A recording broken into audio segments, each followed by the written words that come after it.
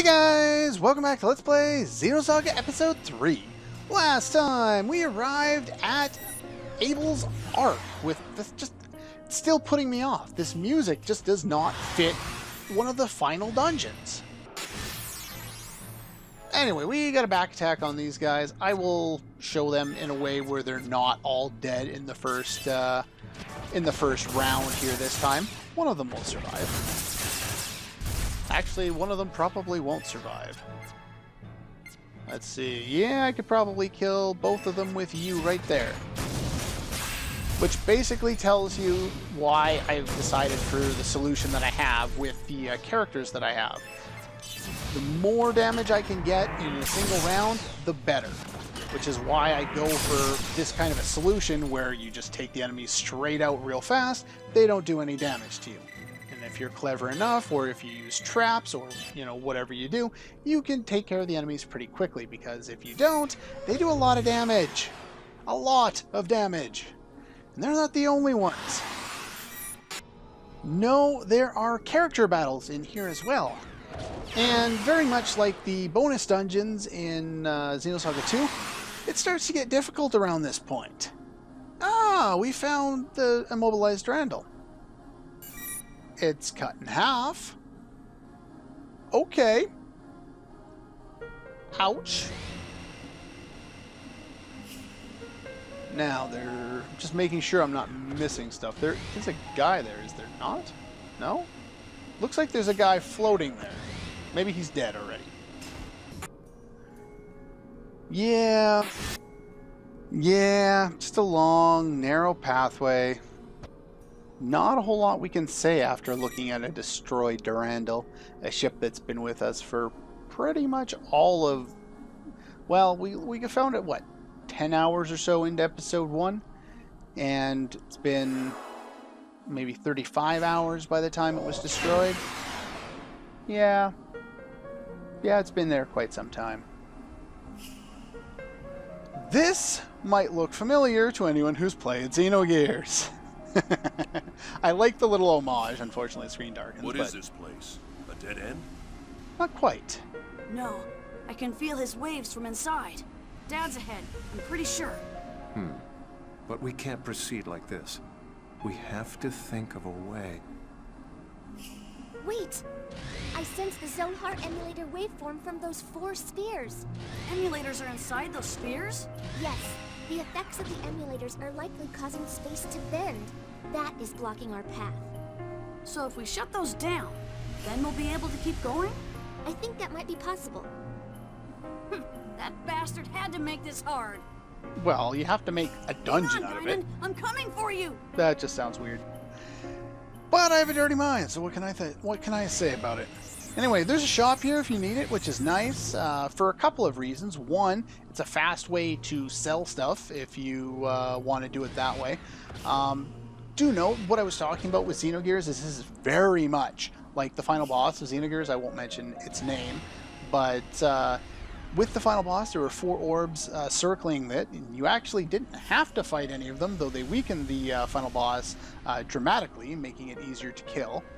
Now, even though it looks like you just have to walk a little bit to hit them, you actually want to be probably right about here to be absorbed by them. Now, I'm going to go with the blue one first for one specific reason. It's the first one listed in the guide that I've been mainly following. Yeah, that's pretty much it. And as you can see, there's mechanics to this one. Don't fall in the pits, you'll have to start all over again. Remind you of anything? Probably. So basically get to this point and then wait till it switches over, let it kind of pull you down. No! No! Don't fall down. There's decoder 14, which is nice. Then try not to fall down. There is one other chest here. It's on the right side up dead ahead. So I'm going to try and hit that. No, no, no, no. So it should be right about here. There we go. And there we get a Sage's Ring. I don't... No! Oops. Yeah, you gotta start all over again. Kind of annoying. I'll leave that in. I'm too lazy to cut it. Well, thing is, by the time I go to actually edit it, I may not be too lazy to cut it, but I'm too lazy to stop talking. Maybe that's not lazy. I don't know. Things are difficult. It's like running through the... There we go. Yeah, so that's Sage's Ring. Let's take a look at that now that we're, oops, in a little bit safer ground here. Sage's Ring. Yeah, pretty much better all around. So let's go to you and put that on. Very, very nice. I like that one a lot. For now. It's sad that we have this one for so short of time, considering how long we've had the Witch's Eye before we get something way better. Now this room, as you can see, we're back on our inner characters. Now in this room, you illuminate the path as you go, but you don't know where the turns are, and there are turns out in many different directions. So what I'm going to do is I'm going to fight all of the enemies. I'll basically show a montage or you know, me fighting each of them kind of in turn, and then when we come back, all of this will be illuminated and we'll be able to find our way to where we need to go. So anyway, let's start with this guy since he's right here. Am I healed up? I am healed up. Let's go. Here I am. Look familiar. I like revenge. Revenge is nice. But yeah, that took off almost half your HP. Nice. Yeah, pretty much these are the same guys from the end of episode 2. They should look familiar by now. They're the same again, and they're pretty hard in this one too. So we have different weaknesses: fire and lightning, lightning and beam, beam and ice. So basically you're good going with probably lightning. So basically what happens in a lot of these fights is they're really difficult and they take a while. So Kaiser to the rescue at this point. And Kaiser does a great job of reducing HP and getting close to the break limit so that we don't have to have them beating the crap on us, you know, throughout the whole fight. Mainly because it does that pretty quickly. Okay, you're offensing one person there, well, creature, who's almost broken. So yeah, as you can see, the enemies that we have been fighting didn't break quite so easily in the last dungeon, but these ones, they do. So you're not weak to beam, so let's see if we can hit you one more time. And then those ones are weak to beam, but since I have so much of my boost now, I have 6 of it, so I can just go X-Buster right now and not worry about the fact that I'm not going to kill all of them, though I might. Got 2 of them. And then we got you. You're immune to fire, otherwise I'd show off her new one, which is MS2. It's large fire single attack, but let's just attack you a couple of times, build you up to be taken down. Yeah, KOS-MOS won't learn her level 3 or her 3rd and final special attack until later, unfortunately. Some of the other characters already have learned theirs. I don't think Jin learns it to a plot point either. Both Jin and KOS-MOS for sure. But anyway, yeah, having a lot more boost limit makes the battles go by a lot easier because you're not worried about, oh, I have to use it to take down the enemy. No, you can just flat out use your abilities. And they drop things like the white fragments and such too. Okay, there weren't any extra paths that lead in any other directions. There's one more enemy here, but yeah, that's all for this path here. There is another set of these, at least one more set.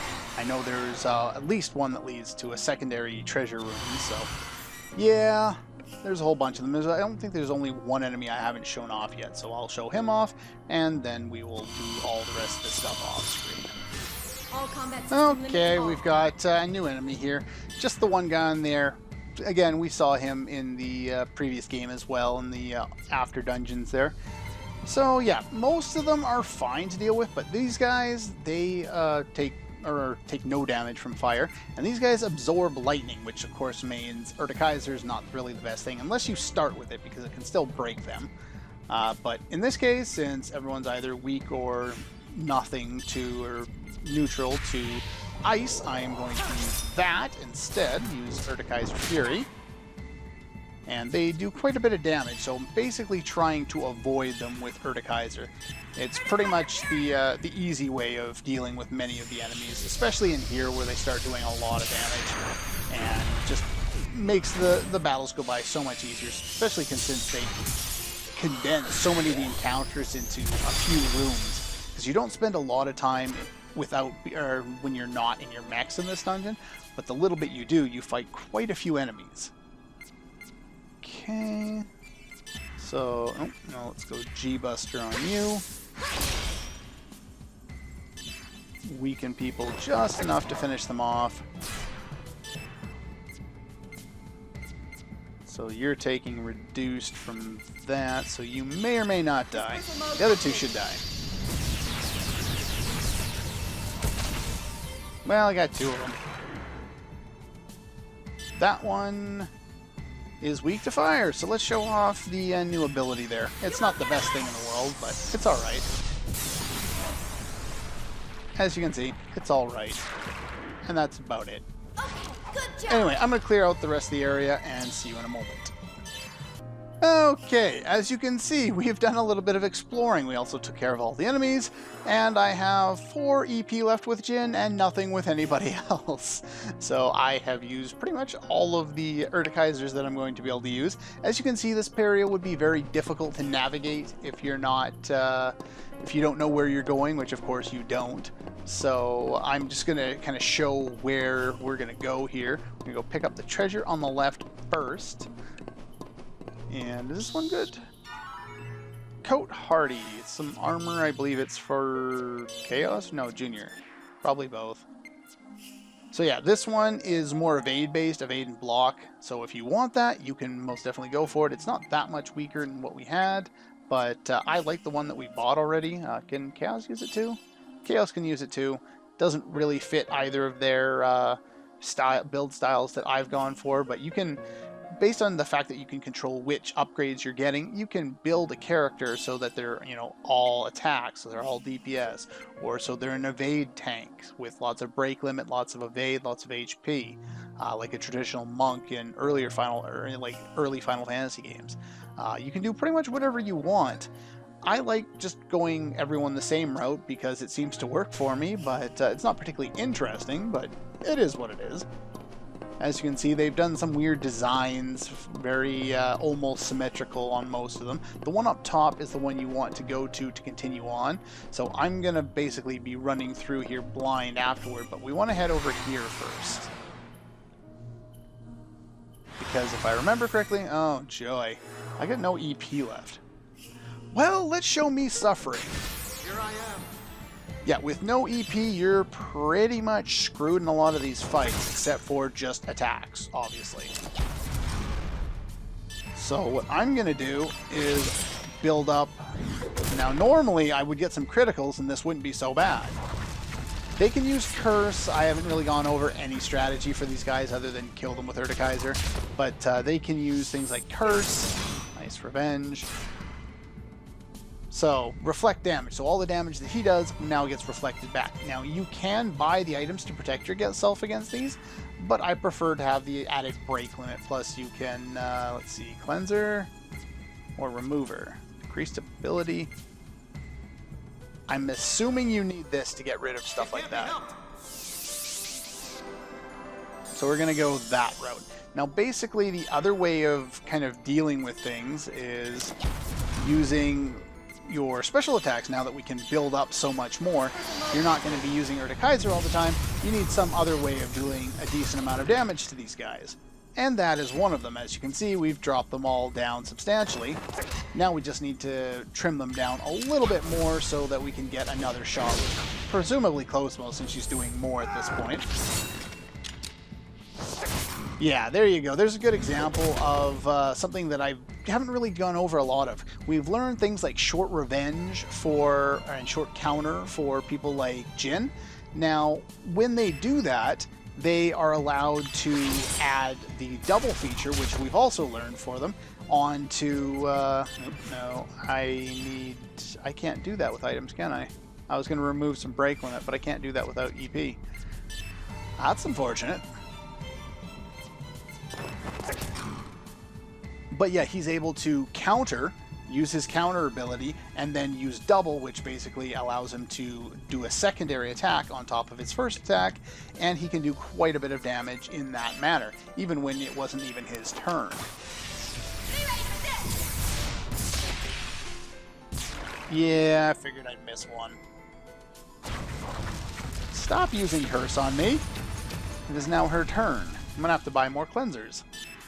And yeah, I'm not even going to bother. I'm just going to use someone else to kill him. Thank you. Instead of taking damage for attacking somebody. So that's basically your strategy for killing enemies if you don't have any EP left. The better option is to just switch.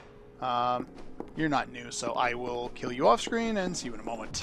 The important thing to do is to heal in between, and in that particular instance I used a trap because I didn't have any boost left and I needed some way of taking them out without EP. So blow up this guy, find ourselves a special door, which luckily we already have the key for. And here we get something I like, the Dragon's Eye. Let's take a look here. Let's see, Dragon's Eye, Dragon's Eye, Dragon's Eye. There it is.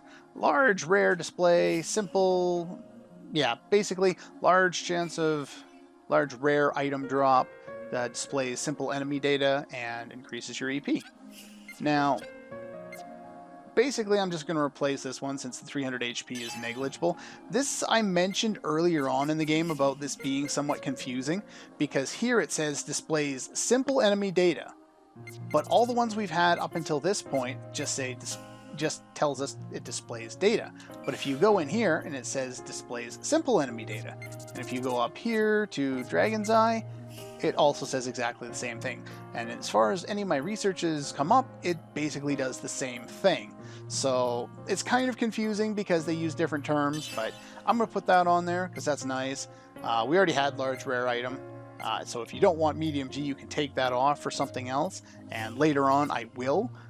Presumably when I get another very useful ability with more boost, because the more boost we have, the better.